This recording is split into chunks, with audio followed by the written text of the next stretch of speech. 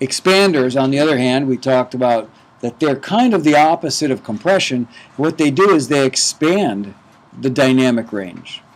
So instead of the slope of the line goes more parallel with the horizontal axis of the curve, above a certain threshold, it starts expanding the dynamic range.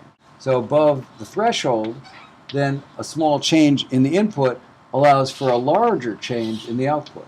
That's how that works. As I said, once you compress something, to uncompress it and expand it again, it's not going to come back the same way because you've already adjusted the frequency content in the sound by shaping the envelope differently. So here's an example of an expander that actually comes in Pro Tools. When do you use an expander? For me, it's a more corrective tool. You can use it for whatever you like as an effect. But the problem is if I'm doing a mix and the acoustic's sitting perfectly in the verse, but when I get to the chorus, I lose it entirely. I could write a level up, or I could try to expand it so it has more dynamics. Or where somebody's overcompressed something like an acoustic guitar, and when they pick, like finger pick, it's as loud as when they're strumming, right? That's sort of unnatural, because you know that an acoustic guitar picked is going to be quieter than when you're really beating on it, strumming it.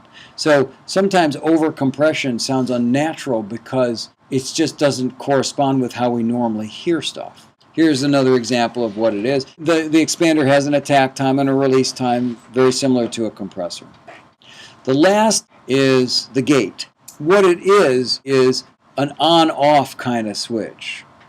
They've modified it so you can gate so much, bring the level down a certain amount or not.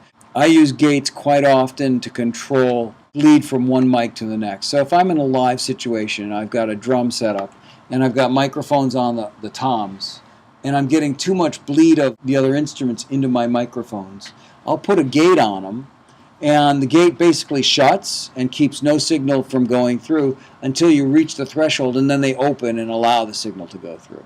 So when they hit the tom, then all of a sudden they open, you get the tom, and then they slowly shut down again after the tom plays, and then they stay closed. So you can stop bleeding from other sound sources that are quieter than the one you're trying to capture.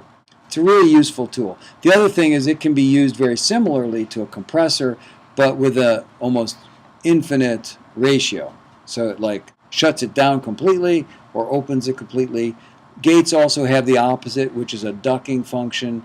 When the trigger is like the sidechain. When the trigger gets a signal, it just reduces the level 10 dB. I do that quite often on a snare drum when I've got the hi-hat really loud playing and the snare drum has so much hi-hat bleed into it because they're very close in proximity on the drum kit. I'll take on the snare drum and put a gate on it and only reduce the level like 10 decibels. So when he hits the snare, it doesn't all of a sudden open up and you hear cymbals going on and then closes. It just sort of controls gently the loudness of other elements that are around that you wanted to discriminate against. But sometimes it's very difficult when you've got a drum kit or you've got a band in one room and everybody's loud, all the microphones are picking up everybody else, and you want to use something to sort of help discriminate what you're trying to hear from what you are actually getting into the microphone. That's what a gate is.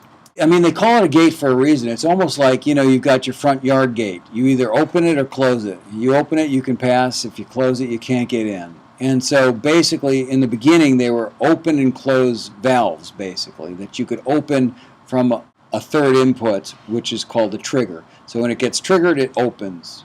And then it lets the signal through, then it closes. And you can control how fast it closes and how fast it opens. That's how it started. Then they said, well, wait a minute, we can do better than that. We can put another control on there that's going to allow you to only open it halfway and then close it. Or open it just a bit to let a little signal through and then close it. Then they said, well, we can also do the opposite, called ducking instead of gating, where when it gets a trigger signal, we take the signal that's going through the gate and pull it down, which is very similar to what a compressor does. Here's the big picture. How we were drawing the input versus the output. The input being on the horizontal and the output being on the vertical. And let me point out what each thing is because it all relates. So here, this down here on the bottom is actually gating. and then expanding. And then the 45 here is a 1-to-1 ratio, which means what comes in comes out the same. Then compression, and then limiting on the top. So this all sort of relates into one big picture of dynamic control. These are all dynamically controlled elements. They have different names and different uses, but the gate versus the compressor, this shows you why they're different and how they're different. And incidentally, the slope of this compressor line, if it was less sloped or more sloped, would be what the ratio is. The higher the ratio, the more slope it is. Because I love compressors, last but not least, there's the pull-up type compressor. Instead of pushing down the loud stuff to limit dynamics, you can push up the soft stuff. There's a compressor that I use almost every day. It's a Waves compressor called the MV2. It has two controls. One is to pull down the loud stuff, and one is to push up the soft stuff. Comes in very handy. Very, very handy for things like tambourines, right? When a tambourine's hitting hard, pull down controls how loud it gets. When they're shaking it, all those little in-between shakes, those chicka chicka, chicka chicka, chicka, those little in-between shakes, right, sometimes need to come up so that you can actually hear them and you don't hear just the hard beats. Push up the soft stuff and pull down the loud stuff, and I can control it in a mix in terms of its volume. And then you can hear all the nuances of the instrument. It limits dynamics by limiting how quiet things can get. So it pushes up the soft stuff, which you can control how much you push it up, and pulls down the loud stuff. So you basically are squishing the dynamic range in both directions rather than just the top and then raising all of it. It's a really handy compressor. I use it on drums, especially a drummer that's got a little bit of drag stuff, little stuff in there where he's sort of dragging on the snare in between massive hits. And that's great because then you hear all those little press rolls that he's doing and all that stuff, and you can bring them up loud enough so they don't get lost in the mix. Overcompressing. We already discussed that a little bit.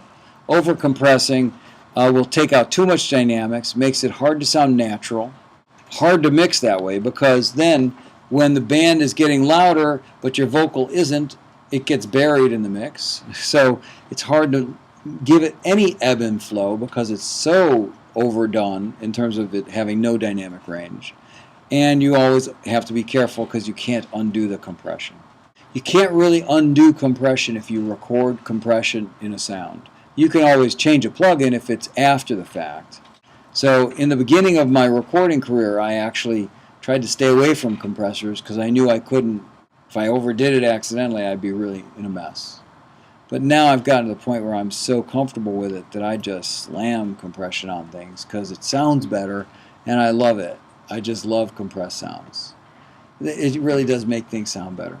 So if you walk away with nothing from this lecture, remember, sounds that are compressed sound better.